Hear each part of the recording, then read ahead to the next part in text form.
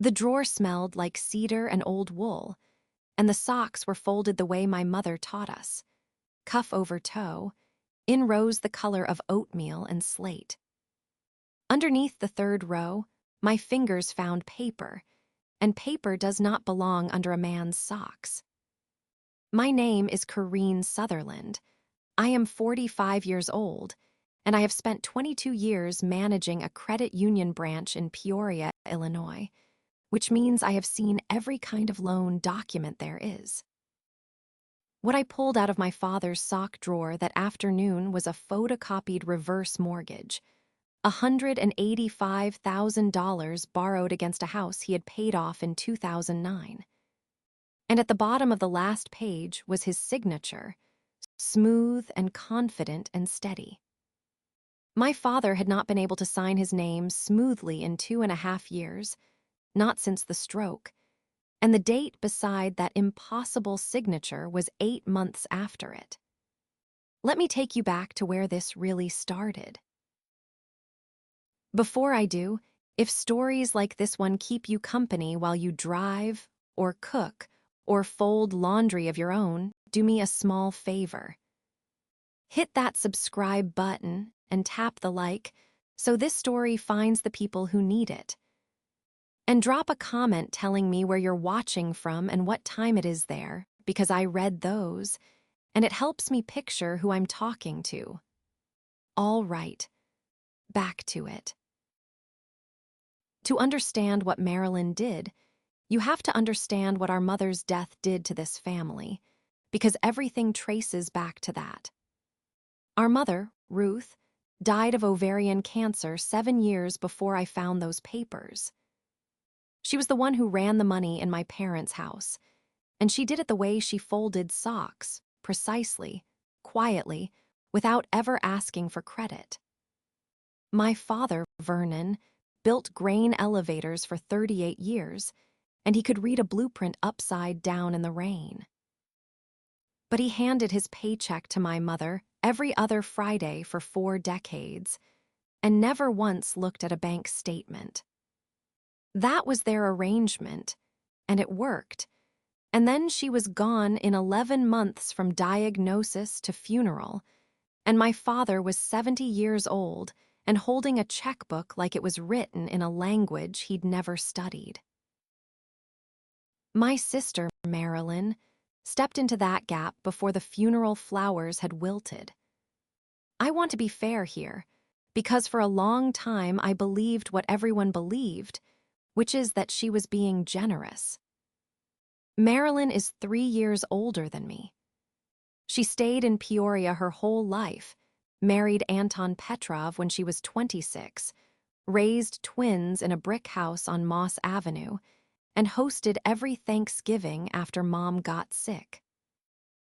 She was the one who was there, physically there, 20 minutes from Dad's place out toward Dunlap, while I was there too, but differently, working 50-hour weeks and raising my son Evan on my own after my divorce. So when Marilyn said she would take over Dad's bills, it sounded like kindness. It sounded like the responsible daughter doing the responsible thing. Here is what it actually sounded like, over and over for 7 years.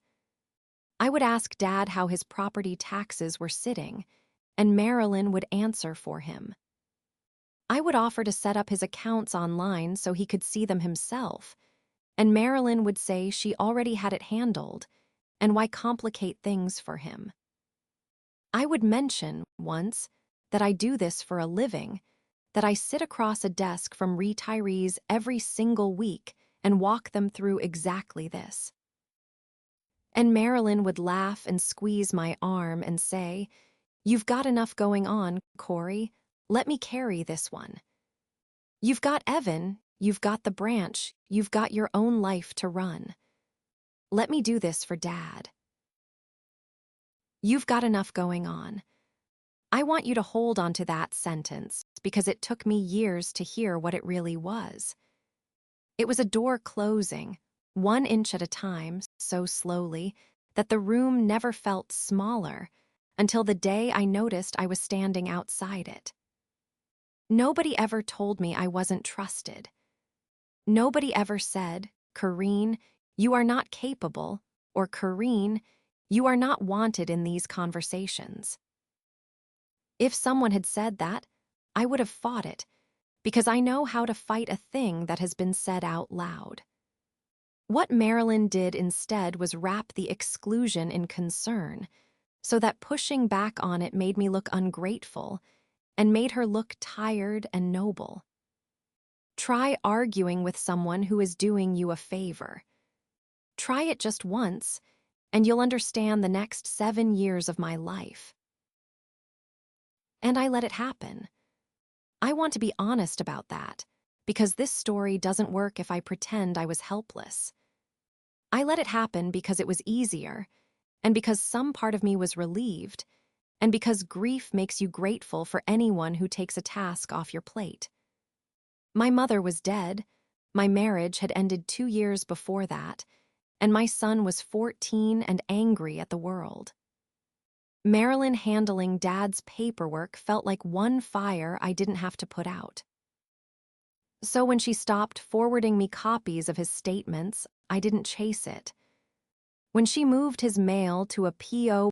box she managed, for security, she said, because of all those scams targeting seniors, I actually thanked her. I thanked her. I have replayed that thank you more times than I can count. For the first few years, honestly, nothing looked wrong because nothing was wrong yet. Dad's lawn got mowed, his furnace got serviced, his taxes got paid. He'd come to Sunday dinners at Marilyn's with his shirt pressed and tell the twins stories about the elevator collapse in Galesburg in 1981, and everyone would laugh, and I would look around that table and think, we're doing okay. We survived losing Mom and we're doing okay. Marilyn would wave the twins' report cards around, and Anton would grill in the backyard in all weather, even in February, and pour everyone his terrible plum brandy. And it felt like a family that had healed around its wound, the way a tree heals around a fence post. I need to tell you about Anton, because he matters to what came later, though not in the way you might think. Anton Petrov came to Illinois from Bulgaria when he was 19, worked heating and cooling for other people for a decade, then started his own commercial HVAC company, Petrov Mechanical, out of a rented shop off Pioneer Parkway. For years it did fine, 15 employees at its peak, trucks with his name on the doors. Anton was loud and generous and worked like a mule, and he treated my father with real warmth, always had. I never disliked Anton. I want that on the record. But a business like his lives and dies on a handful of big contracts, and somewhere around 6 years into Marilyn managing Dad's money, Petrov Mechanical started dying, and almost nobody outside that brick house on Moss Avenue knew it. I found out later, all of it later, in bank records and court filings, and one terrible conversation at my own dining table. A hospital renovation contract fell through in the spring. A client that owed him $110,000 filed for bankruptcy that summer and paid him 9 cents on the dollar. He was floating payroll on credit cards by fall. Marilyn knew all of it, and Marilyn was watching her family's life dissolve in slow motion, and Marilyn was, at the same time, the only person on earth with her hands on our father's accounts. I'm going to leave that right there for now, because at the time I knew none of it. At the time, all I knew was that Anton's laugh had gotten louder and his brandy pours had gotten deeper. And Marilyn had started answering questions nobody had asked, which I have since learned is what fear sounds like in certain people. Then, 2.5 years before I opened that sock drawer, my father had a stroke. It happened on a Tuesday morning in his kitchen. He was making coffee, and his right hand stopped answering him, and the carafe hit the floor. And to his enormous credit, he got himself to the phone and called 911 with his left hand, and said, calmly, "I believe I am having a stroke. Please send someone. The door is unlocked." That was Vernon Sutherland in one sentence. Even with his brain misfiring, he was precise, he was courteous, and he thought about whether the paramedics could get in the door. He spent 9 days at OSF St. Francis and 5 weeks in rehab, and he came out of it himself, fully himself. I want to be clear about that. His mind was intact. What changed was speed and steadiness. His right hand carried a tremor now, permanent, visible, worse when he was tired. His speech slowed down, and he needed an extra beat to find certain words, and if you rushed him, he would lose the thread. But if you gave him time, he would land every sentence exactly where he meant it to go. I will tell you the thing about my father that the rest of this story turns on. After the stroke, his signature changed. Of course it did. A man who signs with a trembling right hand does not produce the signature he produced at 50.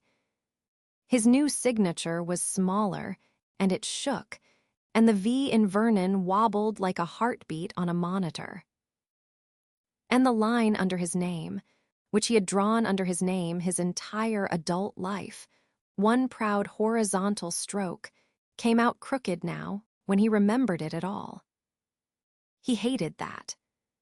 He practiced at the kitchen table on a yellow legal pad, page after page of his own name, trying to steady it. And one afternoon he looked up at me and said, slowly, "It's still me, Corey. It just doesn't look like me anymore." I told him it looked like a man who fought his way back, and he liked that, and he kept the legal pad. Remember the legal pad. It becomes the most important object in this story, after the socks. After the stroke, the family rearranged itself again, and again Marilyn moved first. She was at the hospital every day, and I was too. We traded shifts, and in those 9 days she was genuinely wonderful. I won't take that from her. But by the time Dad came home, the arrangement had hardened into something with walls.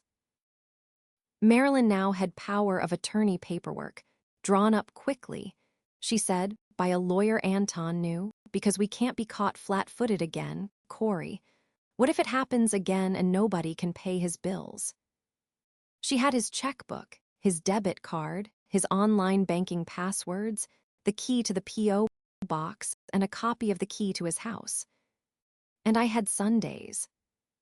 I had Sunday afternoons with my father, and I told myself that was the better half of the deal, because she got the paperwork and I got the man. He moved through that first year after the stroke with more grace than I would have managed. He gave up driving without being asked, handed me the keys to his Buick in the driveway, and said, "Before somebody has to have a conversation with me about it." He walked the fence line of his 5 acres every morning with a cane he called his third leg. He did his crossword in pen, still, though the letters wandered outside their boxes now. And when the twins visited, he would have them read the clues aloud, and he would answer from his chair, fast as ever, because the knowing was untouched. It was only the hand that had slowed.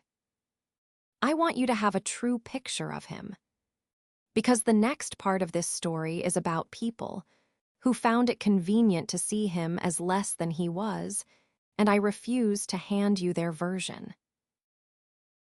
For a year and a half after the stroke, the machine ran quietly, and I told myself the machine was running well.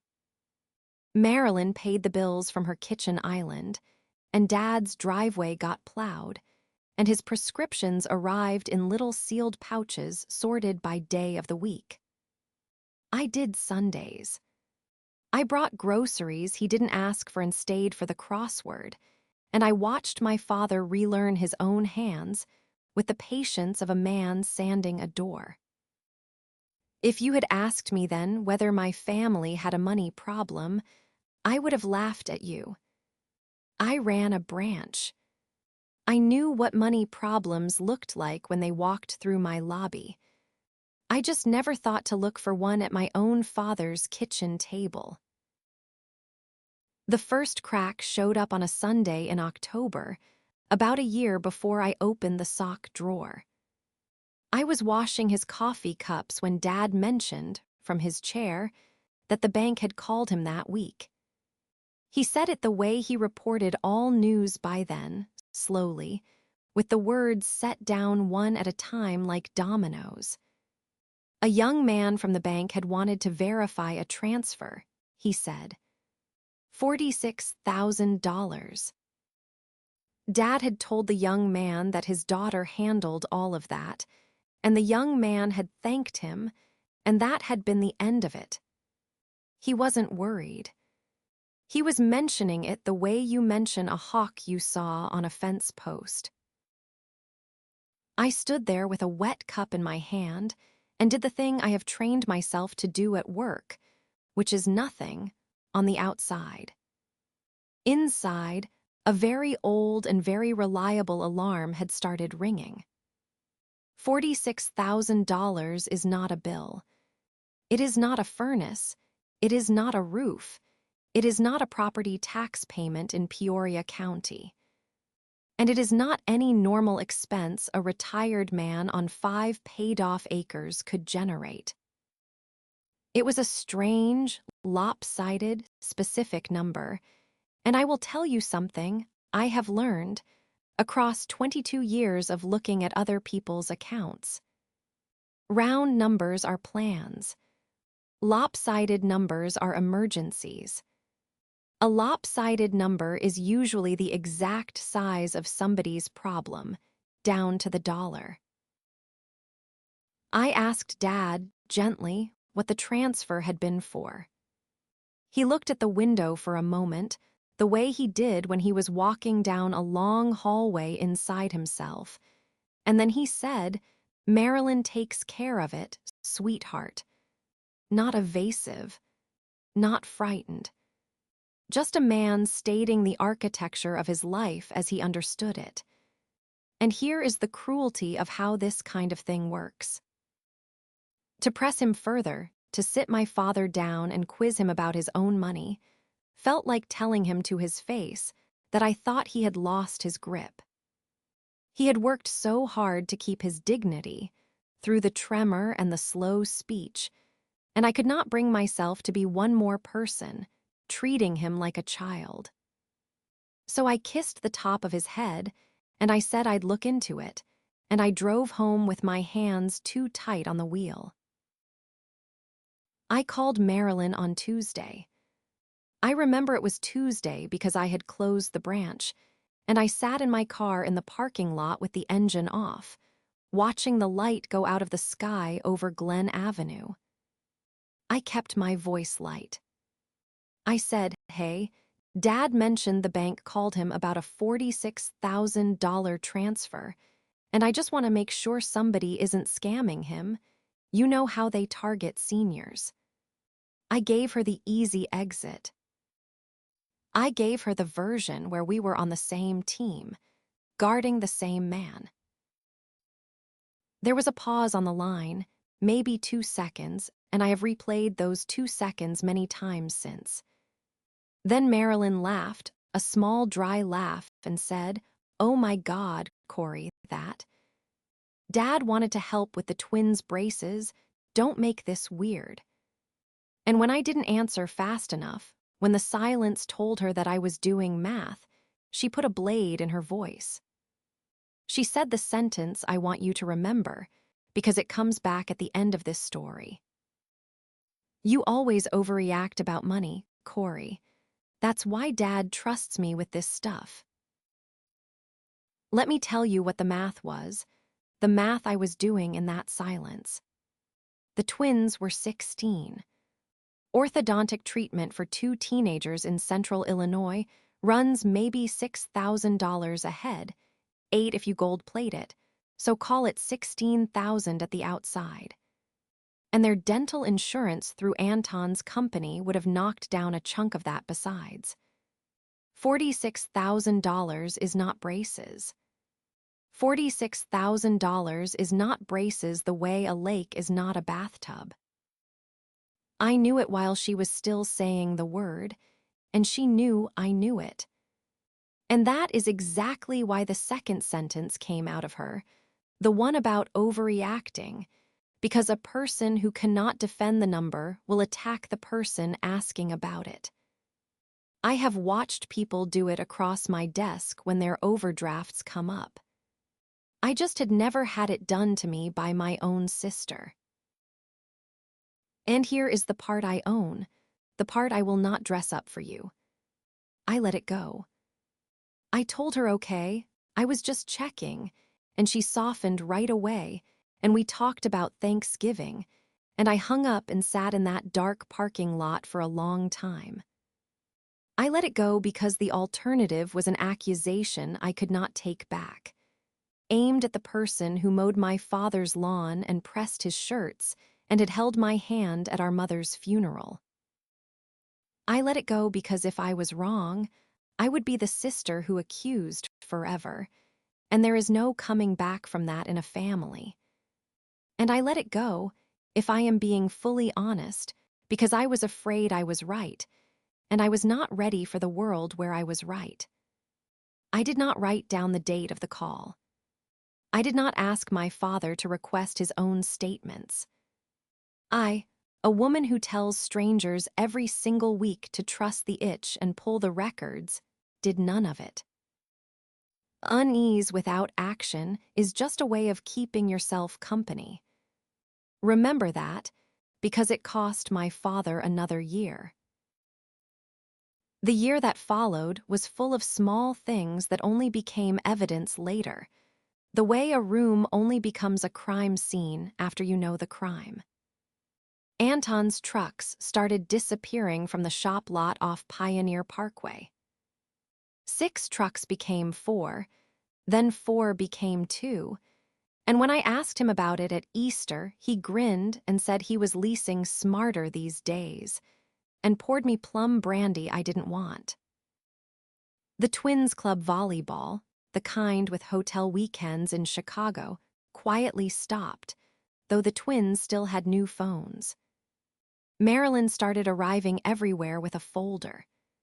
She had always been organized, but this was different. This was a woman clutching paperwork like a railing. And at Sunday dinners, she developed a new habit that scraped at me every single time, which was narrating Dad's decline to the table while he was sitting at it. "He's slowing down," she'd say, right over his pot roast. "We have to be realistic about where this is heading." And my father would look at his plate, and I would watch him decide, again, that keeping the peace was the last job he had the strength for. Twice that year I offered, carefully, to take over even one piece of the finances, just the property taxes, just the insurance, anything. Both times Marilyn had the same answer, delivered with a tired smile in front of witnesses. "It's all in a system, Corey, and honestly the worst thing we could do is split it up and confuse things." Heads nodded around the table. Of course they nodded. She had 7 years of visible service behind her, and I had a job title in a town where everyone thinks a bank is where money goes to be boring. You cannot fight a saint with a hunch. So I stopped offering, and I started doing the only thing left, which was paying attention on Sundays with the sound turned all the way up. Then came the second Saturday of September, the day this story has been walking toward since the first sentence. It was warm, one of those amber September afternoons where the whole state smells like cut field. I had brought Dad a rotisserie chicken and the big print crossword book, and we were sitting at his kitchen table when he said, out of nowhere, in that slow, deliberate way, "Corey, I want to get my papers in order." I asked him what he meant, and he took his time, and then he said, "Your mother kept everything in the green box in the closet, and Marilyn keeps everything now, and I don't know where anything is. A man should know where his own papers are." Then he looked at me, and there was something in his face I had not seen there before, and it took me a second to name it because I had never once associated it with my father. It was embarrassment. He was embarrassed, and underneath the embarrassment, running quieter, was worry. We started that afternoon. It was supposed to be simple: a fireproof box from the hardware store, the deed, the truck title, the Medicare cards, his discharge papers from St. Francis. All of it in one place, with a list taped inside the lid so he could check it whenever he wanted. We worked through the closet and the roll-top desk, and he sorted with his left hand and told stories about half the papers we touched. And it was, right up until the last 20 minutes, one of the best afternoons I had spent with my father since before the stroke. Then, when we had the box nearly packed, he went quiet for a moment, and he said, "There's a folder in my sock drawer. Top drawer, under the wool ones. I've been meaning to ask you about it because I can't make sense of it, and I didn't want to ask Marilyn again." Again, I want you to sit with that word the way I had to. I asked him, as evenly as I could manage, what he meant by again, and he told me slowly in pieces, and I stood in my father's bedroom and listened while the floor tilted under me. Some months back, an envelope had come to the house itself, not the P.O. box, from a company he had never heard of, with his name spelled correctly and a loan number on it. He had shown it to Marilyn, and Marilyn had told him it was one of those scams that target seniors, the very words she had used to justify taking his mail in the first place. And she had taken the envelope with her to shred it. But something about it had snagged on him. It had his name spelled right, he said, and the county named right, and real numbers in real columns, and junk mail doesn't usually get all of that right. So when a second envelope came from the same company, an annual letter asking him to certify that he still lived in his own house, he didn't show her. He walked it down to the library branch on his cane, and he photocopied everything, every page. And he mailed the certification back, because the letter said his loan could be called due if he didn't, and he put the photocopies under his socks, where nobody but him ever had reason to look. And then he waited, he told me, for a day when it was just the two of us and his thoughts felt lined up straight, because he wanted to ask his daughter, the banker, quietly, whether he was crazy. Whether he was crazy. My father, who called 911 for his own stroke with the calm of an air traffic controller, had spent months holding a secret folder of evidence and quietly asking himself whether the problem was his own mind. That is what this kind of theft does, and I need you to understand it, because the money is honestly the smaller crime. When you rob a man whose memory has a limp, you don't just take his dollars. You take his confidence that the world is the shape he remembers it being. Every unexplained envelope becomes a referendum on his own brain. Marilyn didn't just steal from our father. She made him doubt the last thing he fully owned. I opened the drawer. Cedar and old wool, the folded rose the color of oatmeal and slate, exactly as I told you at the beginning, and under the third row, the folder. I sat down on the edge of my father's bed and I read every page while he watched me from the doorway, leaning on his cane, saying nothing, letting me have the time he always needed people to give him. It was a reverse mortgage, what my industry calls a home equity conversion mortgage, $185,000 against a house he had paid off in 2009. He'd thrown a mortgage-burning party in the backyard, hot dogs and sparklers. I was there. The origination paperwork showed a lump sum draw.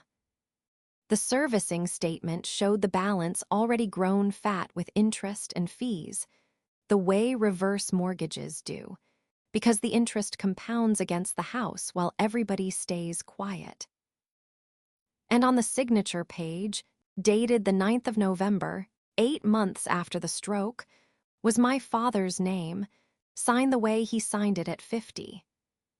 Smooth, confident, the V standing up straight. And underneath it, one proud horizontal stroke, the underline he had not been able to draw since a Tuesday morning took his right hand's steadiness away forever. I looked up at him in the doorway, and I asked him one question. Dad, did you ever sit down with anyone and sign papers about the house? He took his beat, the way he did, and then he said, clear as a bell, Corey, I have not signed anything but birthday cards in 2 years, and your sister holds the pen when we do the taxes. Then he asked me the question back, the one he had been carrying alone for months, and his voice did not shake. Is somebody using my house? And I made a decision in that moment that I want to explain, because everything that follows came out of it. I did not soften it. I did not say don't worry, and I did not say let me handle it. Because I had just spent 7 years watching what gets done to a man by people who say let me handle it. I sat my father down on the bed next to me, and I put the pages in his hands. And I said, yes, somebody has borrowed $185,000 against this house, and it looks like they signed your name to do it. And you are not crazy, and starting tonight you and I are going to prove it. My father looked at the signature that was supposed to be his for a long moment. Then he said, get the legal pad. Now I need to slow down and tell you what I actually did, step by step, because this next part is the part I know how to do. And I did it the way I would do it, for any member walking into my branch with a shaking folder and a bad feeling. The first rule of a case like this is that you do not confront anybody until the documents are nailed down. Because the moment the person responsible knows you're looking, papers start disappearing, stories start hardening, and a vulnerable man's accounts can be emptied in an afternoon by someone who still holds power of attorney. So that first night I did 3 things only. I photographed every page of the folder with my phone, front and back, in good light, with the loan numbers legible. I put the folder back under the socks exactly as I found it, 3rd row, cuff over toe. And I sat with my father at the kitchen table and made him a promise with terms, like the banker I am. I told him I would find the truth in weeks, not months, that I would show him everything I found whether it helped or hurt, and that nothing would be done about any of it without his say-so. He was not a case file. It was his name, his house, and his daughter, and he was going to be the client in this, never the exhibit. He agreed, and then he sat up straighter than I had seen him sit in 2 years. It turns out that being believed is a kind of medicine. Nobody had prescribed him any in a long while. The following Tuesday, I took him to see his own doctor, and I want to explain why, because it is the single most important step, and it is the one nobody thinks of. If this ever ended up in front of a lender, or a judge, or a state's attorney, the first card Marilyn had to play was written in advance, and I could already read it. Dad is confused. Dad doesn't remember signing. You can't trust anything he says. Poor man, the stroke, you understand. So before I pulled a single record, I got in front of it. His physician spent 40 minutes with him, ran the standard cognitive screening. And he wrote a letter on his letterhead, stating that Vernon Sutherland was oriented, competent, and capable of making his own financial and legal decisions, slowed in speech but intact in reasoning. My father asked for 2 copies. He folded one into his shirt pocket and patted it, and he carried it in that pocket for months, like other men carry photographs. If you take nothing else from this story, take that. If someone you love is ever in this position, establish their capacity on paper first, before anyone knows you're asking questions. It is armor, and you cannot buy it after the arrows start flying. Then I went to the county. People think financial investigation is glamorous, some screen full of streaming numbers, and I need you to know that it is actually a fluorescent-lit room that smells like toner, and it is beautiful. A mortgage is not a private document. The lien gets recorded with the Peoria County Recorder of Deeds, where any human being with a few dollars for copies can look at it, and my whole industry knows this, and almost no family ever does. I went on my lunch hour on a Thursday. I gave the clerk the parcel number for my father's 5 acres out toward Dunlap. And 11 minutes later, I was holding a certified copy of the recorded mortgage, stamped and dated, filed the 14th of November, 5 days after the signature date. Certified copies matter, because nobody can later claim you doctored what you found. And on the notarization page, under the seal, was a name I did not recognize but would come to know very well. The notary who swore that Vernon Sutherland had personally appeared before her, presented identification, and signed that document of his own free will was a woman named Krista Ehrlich. 30 seconds with the Secretary of State's public notary lookup told me where her commission was registered, and my stomach dropped one more floor. Krista Ehrlich worked as a paralegal in the office of Leonard Feld. Leonard Feld was the lawyer Anton knew, the one who had drawn up Marilyn's power of attorney paperwork while my father was still doing rehab exercises with a rubber ball. The notarization said my father personally appeared on the 9th of November. So the next question was as simple as a question gets. Where was my father on the 9th of November? And here the answer cost me nothing but scrolling, because I am a divorced mother who photographs everything, and I mean everything, and for once in my life, the habit paid for itself. The 9th of November was the day of Dad's carotid ultrasound follow-up at OSF St. Francis. I had taken the morning off work, and my phone still held the proof in a neat little row. A photo of Dad in the waiting room at 9:41 in his good gray cardigan, holding the clipboard. My calendar entry for the 10:15 appointment. A photo of our lunch after at the original Pancake House, his hand around a coffee cup, time-stamped 12:52. A pharmacy receipt from 2:20 that afternoon with my card on it, filling his blood pressure prescription while he waited in my passenger seat. From breakfast to mid-afternoon on the 9th of November, my father was never more than 10 feet from me, and at no point in that day did we stop by a law office so he could sign away his house. A notary's seal is a sworn statement that a specific human being stood in front of you on a specific day. Krista Aeolic had sworn to an appearance that never happened, and I could prove the never with timestamps. Then came the signatures, and this was the part my father and I did together at his kitchen table, 3 Sundays running with the crossword pushed aside. We built what a document examiner would call an exemplar file, though we just called it the homework. On the left side of the table, true signatures from before the stroke, pulled from the green box, his 2009 payoff letter, the title to the Buick, 40 Years of a Confident Hand.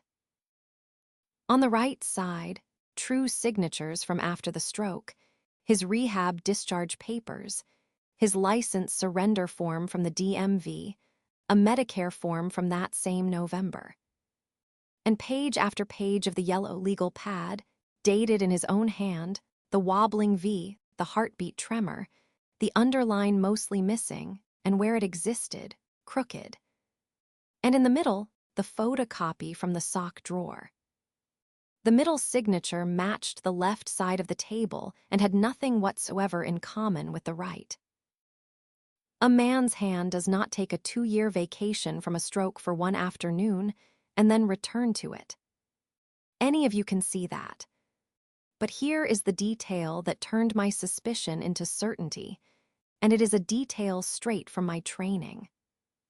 I took the sock drawer signature and the 2009 payoff letter signature to the office supply store on Sterling Avenue. And I had both printed onto transparency film, and I laid one over the other on my father's kitchen table and turned on the lamp. They lined up, not similar. Identical, stroke for stroke, the same length, the same slant, the same little hook where the D lands, the underline beginning and ending at the same 2 points in space. And real signatures are never identical, not twice in a lifetime. You sign your own name 1,000 times and everyone is a cousin of the others, never a twin. An identical signature is not a signature. It is a tracing. Whoever signed that mortgage had put my father's 2009 payoff letter under the page, or over a light, and drawn him the way you'd trace a cartoon. And I knew exactly who had custody of the green box's twin, the file with all the old family papers, because she had been keeping everything for 7 years. 2 more threads, and then I had the whole cloth. First, the loan file itself. A reverse mortgage has a federal requirement most people have never heard of, a mandatory counseling session with an independent housing counselor, done before the application. This is so that no senior signs one without understanding it, and the file has to hold the certificate. My father had never spoken to any counselor. So with Dad beside me at my own branch, on his own steam, with his capacity letter stapled on top, he signed a borrower's authorization letting the servicer release his complete loan file. It was notarized correctly this time by a colleague of mine, with my father presenting his identification with his own left hand. 11 days later, a thick envelope arrived, addressed to the house, and we opened it together. The counseling certificate was in there, marked as a telephone session.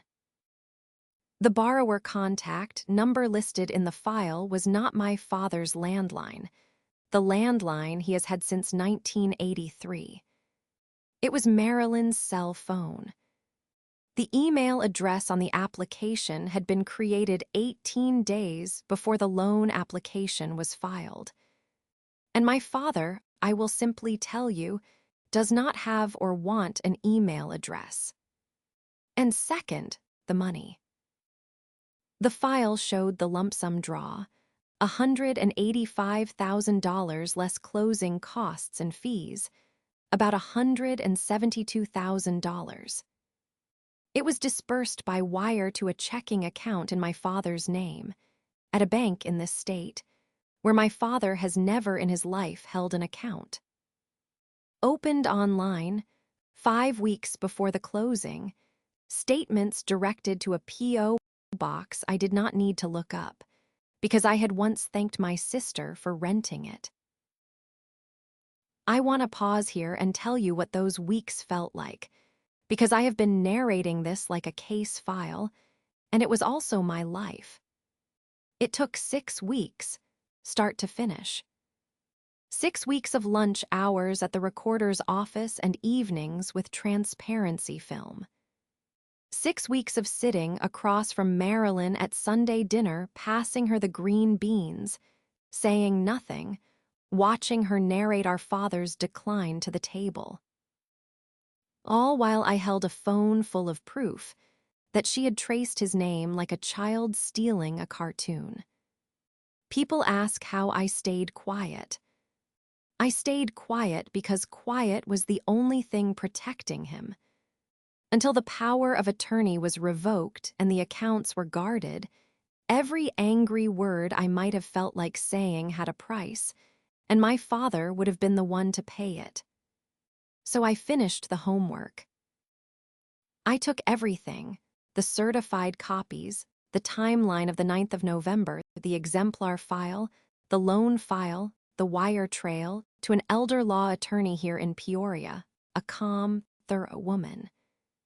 She took 2 days with it, and then called me and said the sentence I had been waiting 6 weeks for a professional to say. Ms. Sutherland, this is not a family dispute. This is a forgery, and your father has every right to be made whole. We drafted his affidavit. We prepared the revocation of the power of attorney. We drew up everything, dated and ready. And then, before a single trigger was pulled, I did what I had promised my father in his bedroom, and I put it all in front of him, every page, and let him choose what happened next. He read for a long time with his finger under the lines, taking the time he needed. Then he said, I want to hear her say it. Not a letter from a lawyer. A table, he said. Family at a table.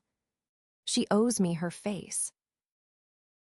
Before I tell you about that table, if this story has its hooks in you, take 1 second and subscribe, because I tell one of these every week, true accounts of quiet people who did their homework.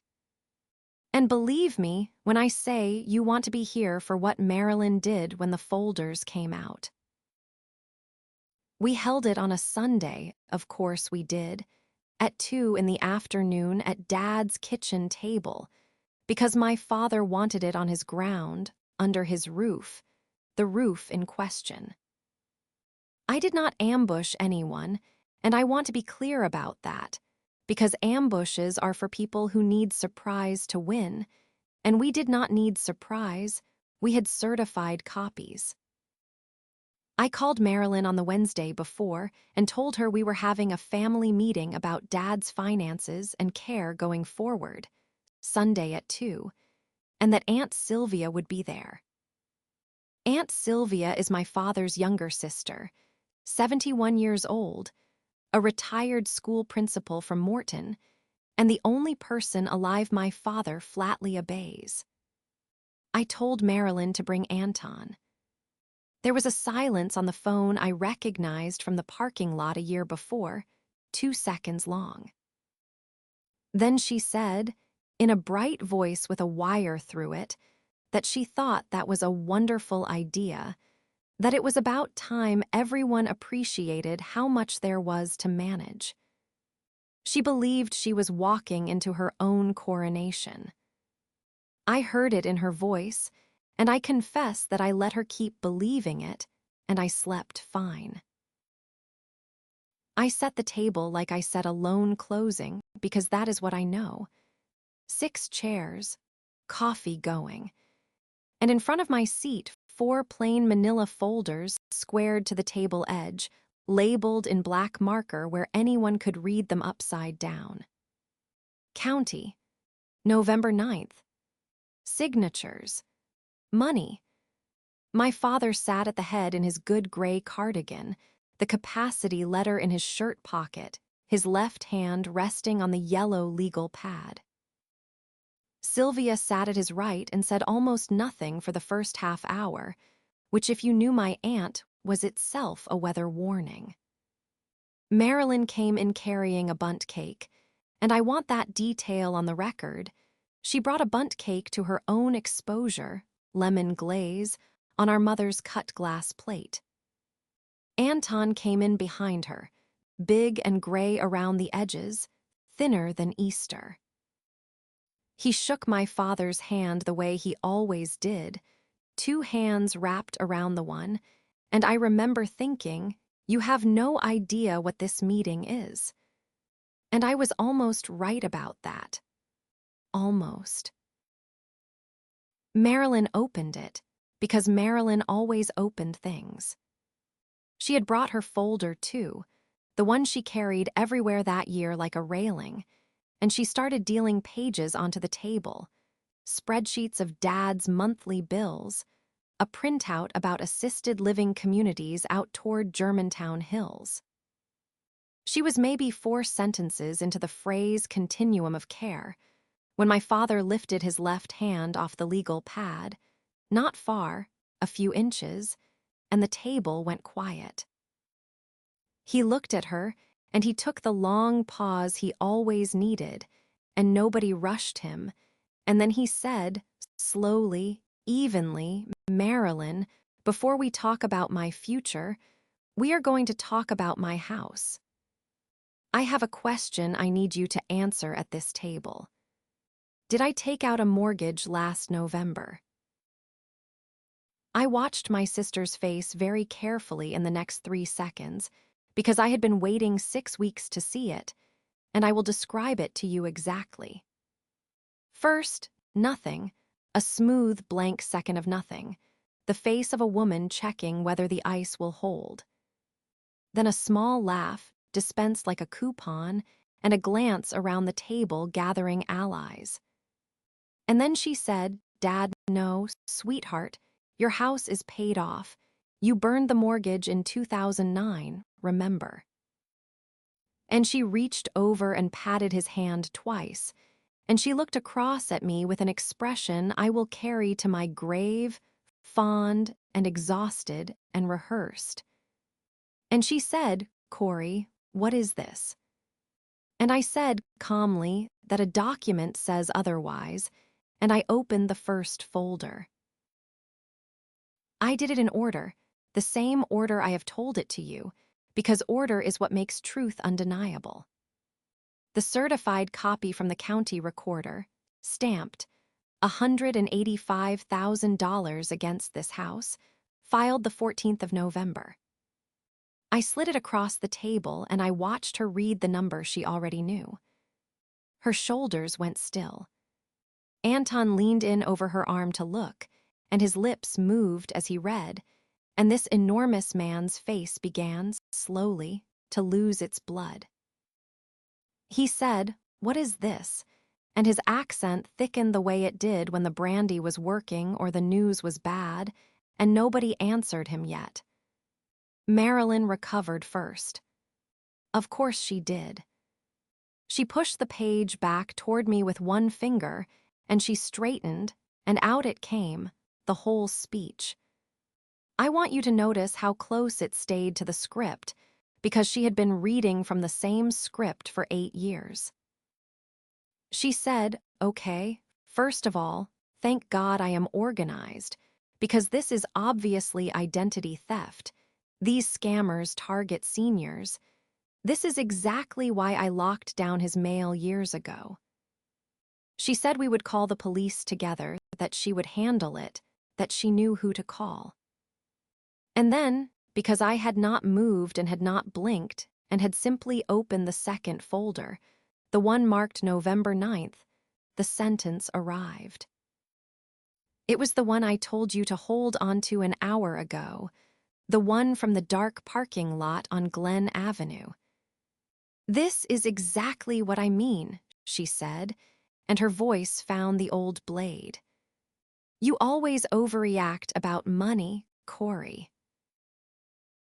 A year earlier, that sentence had worked on me the way a spell works, and I had hung up the phone and let my father lose another year. But a sentence like that is a key, and a key only turns if the room is empty of facts, and this room now had folders in it. So I did not argue with her. This is the part I most want you to learn from me. I never argued, not once, the entire afternoon. I laid the photographs on the table one at a time. My father in the waiting room at 9:41 holding the clipboard. The pancake house at 12:52, his hand around the coffee cup. The pharmacy receipt at 2:20. And I said, on the day this notary swears Dad stood in front of her and signed, he was at St. Francis and then at lunch with me. And here is every timestamp, and the notary works at Leonard Feld's office, Anton, your lawyer's office. And then the third folder, the transparencies. I laid one film over the other in the light of Dad's kitchen window, and the room watched two signatures merge into one, stroke for stroke, the underline meeting itself at both ends. And I said, real signatures are never identical, not twice in one lifetime. This one was traced from the 2009 payoff letter, and only one person on Earth has held that file for the last 8 years.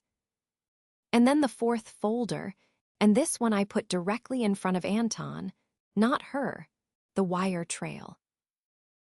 $172,000 went into an account Dad never opened, and out the other side, in 9 transfers over 5 months, into the operating account of Petrov Mechanical. What happened next happened all at once, the way a shelf lets go. Anton stood up.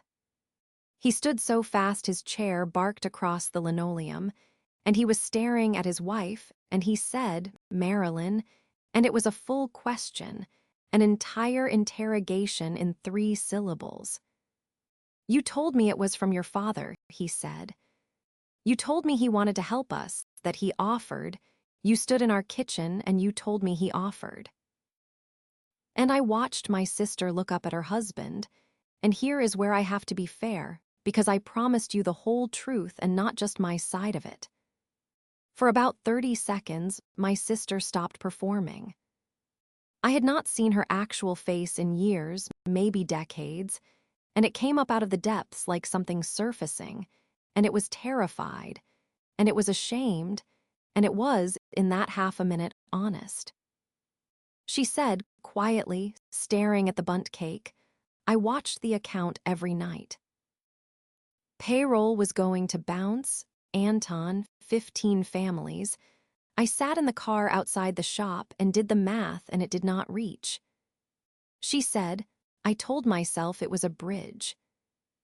Dad had a house doing nothing and we were drowning, and I was going to pay it back before anyone ever looked.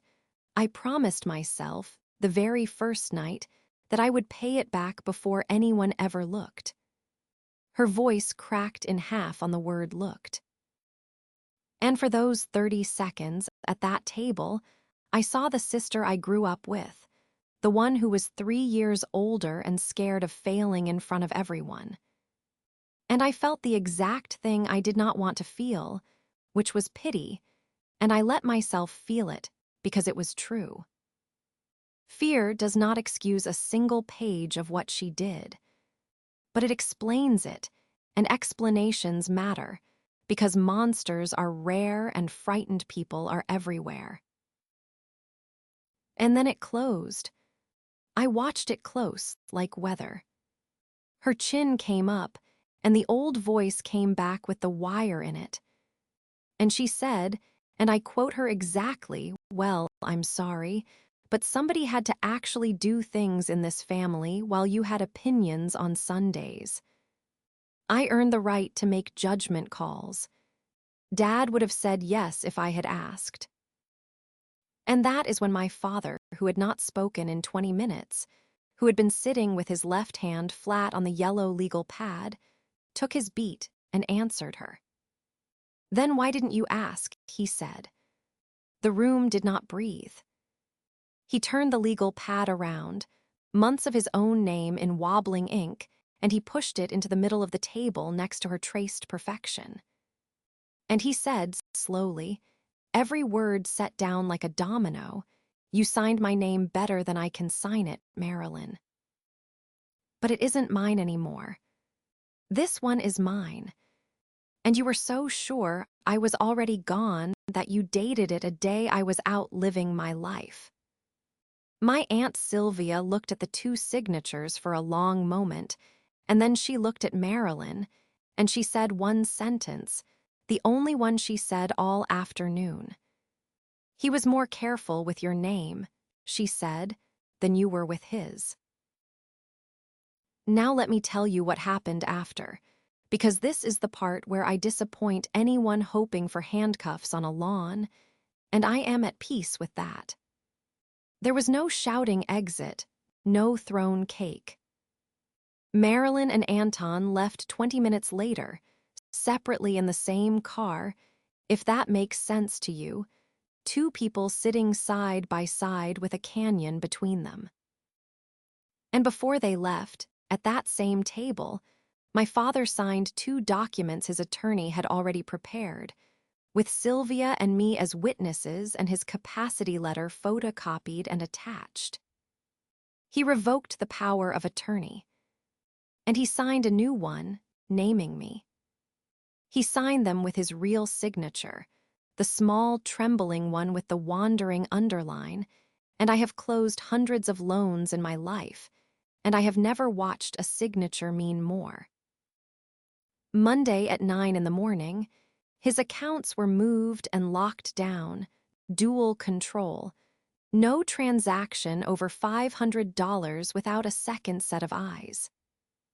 His mail was redirected back to his own mailbox, at the end of his own gravel drive, where he could walk down with his cane and get it himself, which he did every day like a ceremony.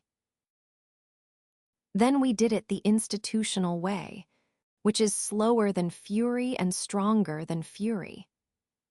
Our attorney sent the servicer's fraud department the whole package, my father's sworn affidavit of forgery, the physician's capacity letter, the certified county copies.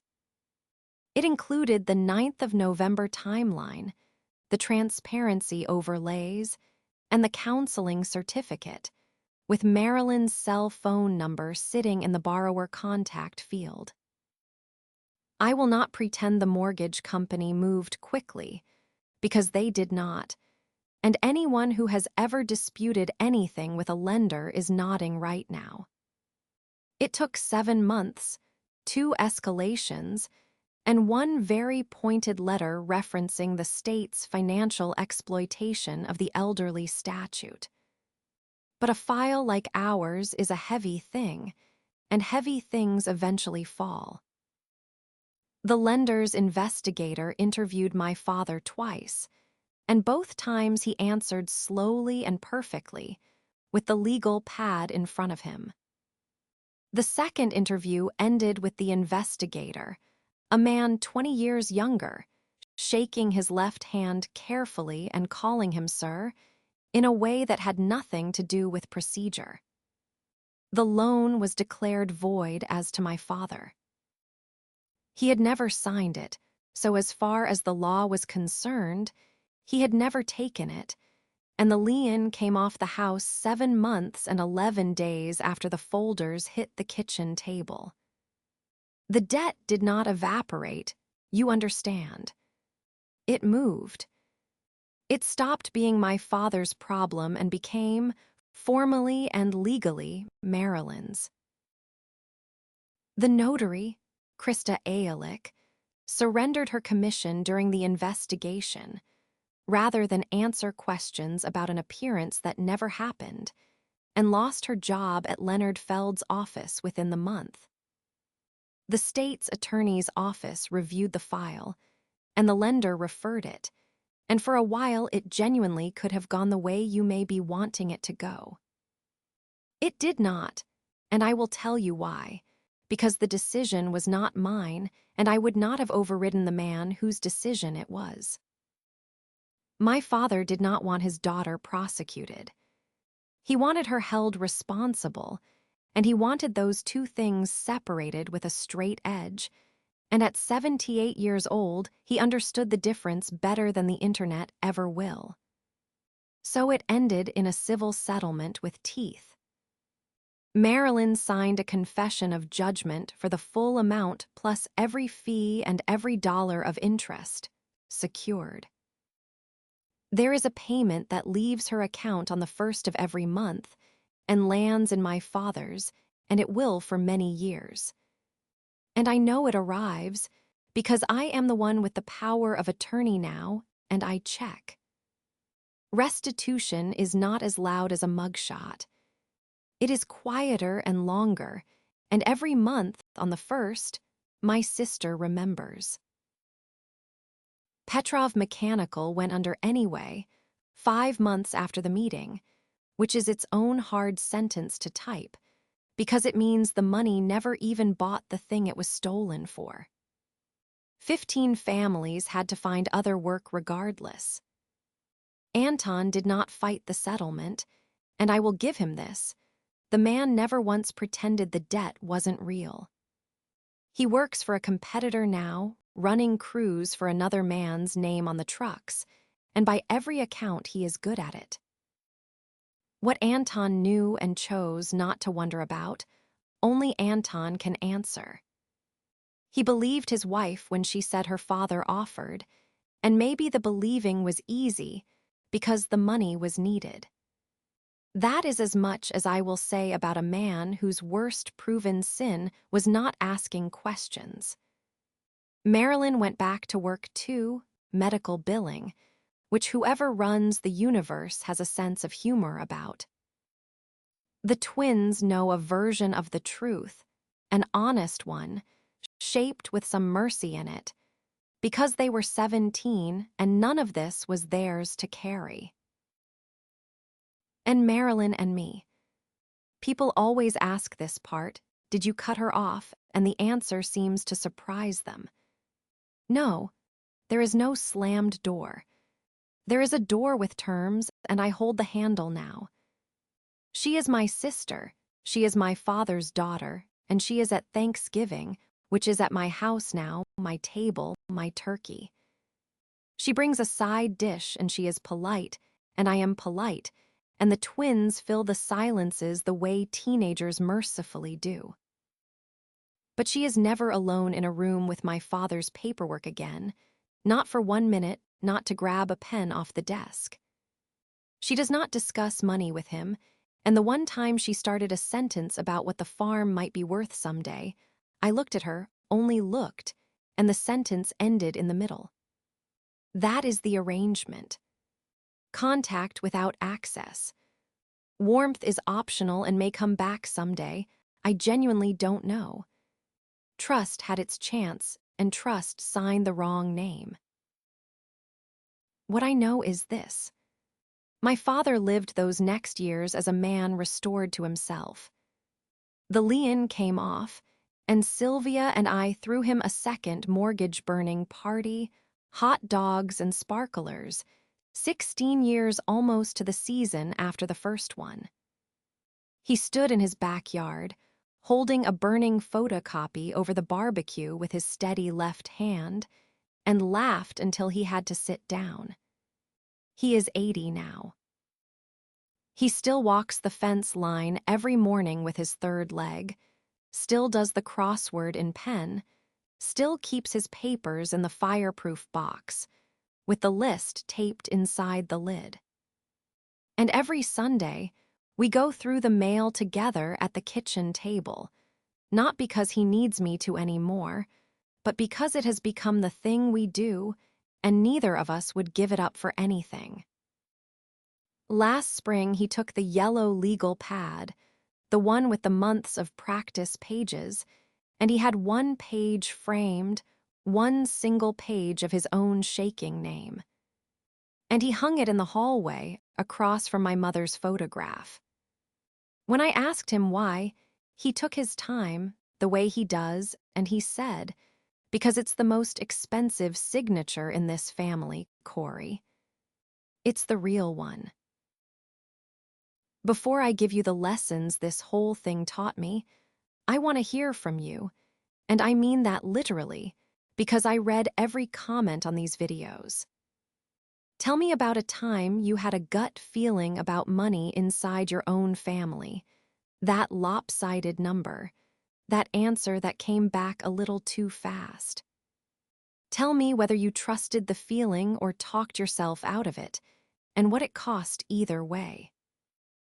Somebody, scrolling these comments at 2 in the morning, is sitting exactly where I sat in that dark parking lot on Glen Avenue, and your story might be the push they need. And if you're new here, subscribe, because every week I tell another true account of a quiet person who did their homework, and next week's is one I have been waiting months to tell. Looking back at all of it now, from the drawer to the folders to the framed page in the hallway, 4 things stand out to me, and I want to leave them with you plainly. Convenience is the most expensive thing a family will ever purchase. Every door Marilyn closed, I helped close, because each one made my life easier that week. The forwarded mail I thanked her for, the statements I stopped chasing, the offers I stopped making, none of it felt like a decision at the time, and all of it was. 7 years of small conveniences added up to a stranger's signature on my father's house. So look at your own family's arrangements, the ones that have simply always been that way, and ask who benefits from you not looking. Comfort and safety are not the same purchase, and only one of them comes with a receipt. A gut feeling about money is data, so write it down. $46,000 did not make sense for braces, and I knew it in the 2 seconds before my sister ever answered, and I let a single sharp sentence talk me out of my own training. I did not write down the date. I did not note the amount. I did not ask for a single document, and my unease evaporated into another year of Sunday dinners while the interest compounded against my father's roof. The feeling itself was never wrong. It was ignored. When a number in your family makes your stomach drop, record it that same day, the amount, the explanation you were given, who gave it. You are not building a case against someone you love. You are keeping a record so that love and arithmetic can both be true at once. Documents do not get tired, angry, or confused, so let them speak first. I never raised my voice at that kitchen table, and I never had to, because a certified county copy cannot be told it's overreacting. The overlay of 2 identical signatures ended an argument that shouting could have kept alive for a decade. Records offices are public, loan files can be requested, timestamps live in your phone, and none of it cares who the family saint is. If you ever face something like this, gather paper before you spend a single word, because the person who arrives with folders does not need to win the conversation. The folders already won it. Protecting a vulnerable person means adding witnesses, not keeping secrets. Everything Marilyn did required a sealed room, one signer, one set of eyes, mail nobody else saw. And everything that saved my father required the opposite, a doctor's letter, a notary doing her actual job, an aunt at the table, two names on every account. Secrecy is the water this kind of harm swims in, and daylight is not dramatic, it is just fatal to it. So if you love someone whose hands have slowed, do not fight over who gets to hold everything, because the holding is not the danger. The alone is the danger. Put more eyes on what matters, including yours, including theirs. And if you are living inside this story right now, if there is a folder in some drawer of your life that you have been afraid to make sense of, hear me, one stranger to another. You are not crazy, you are not overreacting, and you do not have to open it alone. Take your time, like my father does. Then land the sentence exactly where you mean it to go.